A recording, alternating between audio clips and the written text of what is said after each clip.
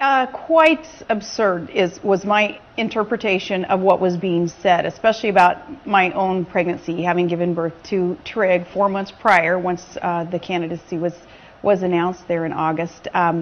And frustrated, I guess, that I wasn't believed that, yeah, Trig was really my son. You know, that rumor persists today even. We're still receiving calls in our state press office regarding Trig and who is the real mother of this child. When did we start accepting as hard news sources bloggers, anonymous bloggers especially? It's a sad state of affairs in the world of the media today, mainstream media especially, if they're going to rely on anonymous bloggers for their hard news information. Very scary. What is the double standard here? Why people would choose to believe lies, and reporters especially not just taking one extra step to get to the facts and report the facts, but instead continue to spread things that are not true. So, you know, I have the same question that perhaps you do, and others who would participate in this documentary, even trying to figure out, is it political? Is it sexism? What is it that drives someone to believe the worst and perpetuate the worst in terms of gossip lies? Because when I heard Barack Obama state in one of his interviews on national television that his wife was off limits, meaning family's off limits, you know, attack me, I'm the public official, come after me, I can handle it, and we'll duke it out if need be, but family's off limits. I naively believed, okay, they respected that in him, in his demand for that to be adhered to, naively believing, oh, that must apply to all of us, right? But it didn't apply. This report that Bristol and Levi, they're high school dropouts, and they're going to just look for government handouts to raise their child and stuff. Nothing could be further from the truth. And I've asked some in the media to correct that, and they haven't corrected it, and that gets frustrating. With regard to the Katie Couric interview in general, yeah. How did you feel about it when it finished? Did you feel as if it had gone well, not well? No, I knew it didn't go well. I knew it didn't go well the first day, and then we gave her a couple of other segments after that, and my question to the campaign was, after it didn't go well the first day, why were we going to go back for more? And because of however it works in you know, that upper echelon of power brokering in the media and with spokespersons, and it was told me that, yeah, we were going to go back for more.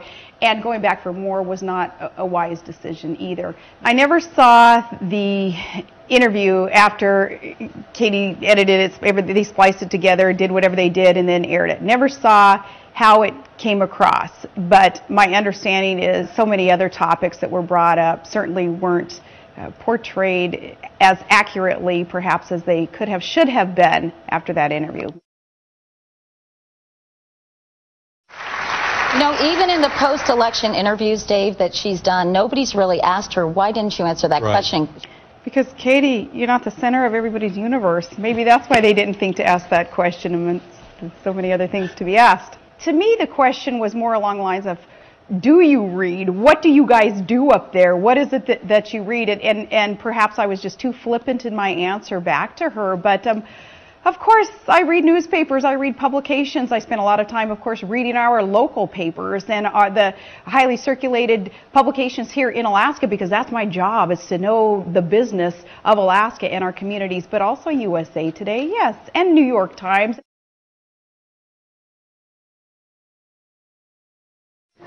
I believe marriage is meant to be a sacred institution between two unwilling teenagers.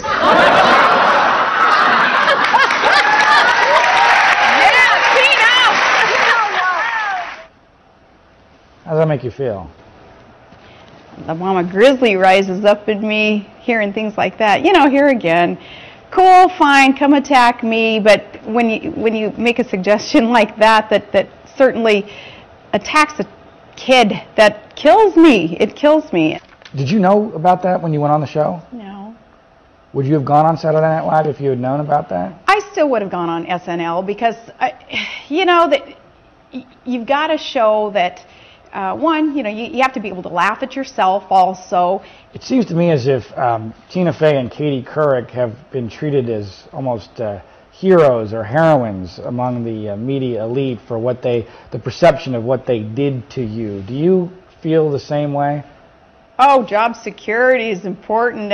In my agenda here in the state, I'm just helping those outside of my state also keep their jobs secure. But yeah, I did see that Tina Fey was named Entertainer of the Year, and Katie Couric's ratings have risen. And I know that a lot of people are capitalizing on, I don't know, I think some perhaps exploiting that was done via me, my family, my administration. That's a little bit perplexing. It also says a great deal, though, about our society. I've been interested also to see how Carolyn Kennedy will be handled, and if she'll be handled with kid gloves, or if she will be under such a microscope also. It's going to be interesting to see how that plays out, and I think that as we watch that, we will perhaps be able to prove that there is a class issue here also that was such a factor in the scrutiny of my candidacy versus, say, the scrutiny of what her candidacy may be. If, by chance, you had been chosen as a vice presidential candidate for Barack Obama, let's pretend he wanted to be really post-partisan, and there's this governor in Alaska who's a reformer, she's an expert on energy issues, won't this be great for the country? How do you think your candidacy would have been treated differently? I think they would have loved me as a candidate, and I've already lived through that more on a local level. There have been times where here in Alaska I've taken on my own Republican Party when there has been corruption, and I've been one to say, nope, enough is enough, we're going to clean up this party, and the leaders got to go, and we got to start anew. Well, the mainstream media here in Alaska, they've loved me through those episodes.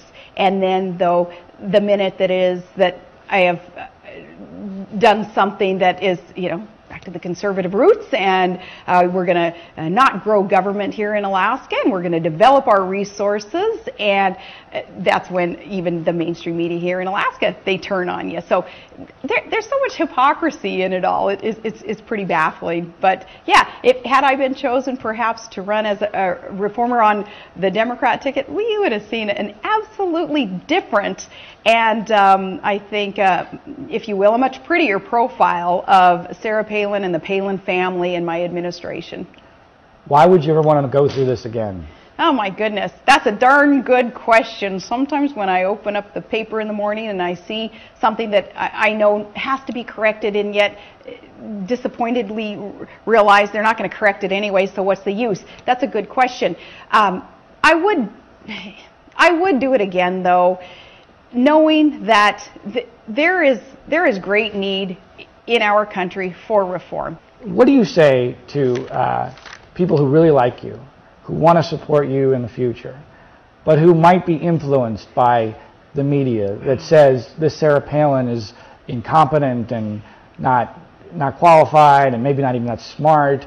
What do you tell those people to hang their hat on? I wish that there was opportunity for people, especially in the lower 48, to look at my record and my administration's record, our administration wanting to shrink government again so that our families and our private businesses can be the ones growing and prospering, not government, not people having to look to government to solve their problems, but those things that we've done in my administration, a record there. I wish people in the lower 48 who perhaps would be tempted to be influenced by this media saying that we're just incompetent or ill-intended up here, I wish that they could just see our record, let it speak for itself, and perhaps believe the facts there versus being sucked into believing what it is that too many in the mainstream media would want them to believe.